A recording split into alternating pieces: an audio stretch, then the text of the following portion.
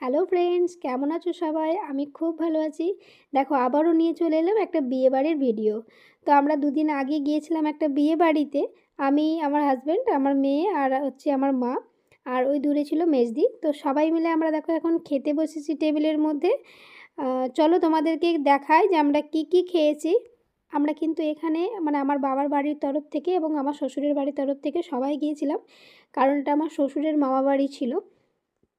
শ্বশুরের মামার ছেলের মেয়ের একটা বিয়ে বিয়ে ছিল।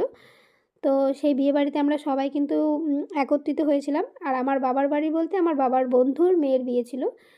তো সেই জন্যই বাবা বাড়ি থেকে এসেছিল।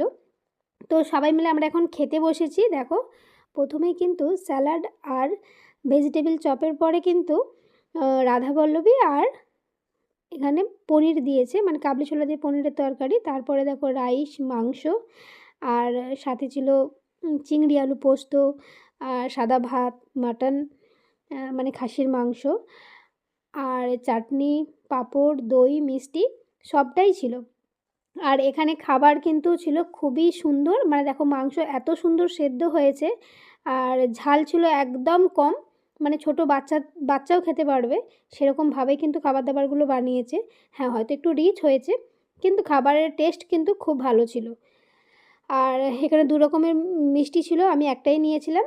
তারপরে চলে আসলো আমাদের হাত ধোয়ার জন্য বাটি। তো আমরা হাত ধুয়ে নিলাম। তো আজকের ভিডিও এখান পর্যন্তই। দেখা হবে নেক্সট কোনো ভিডিওতে। টাটা।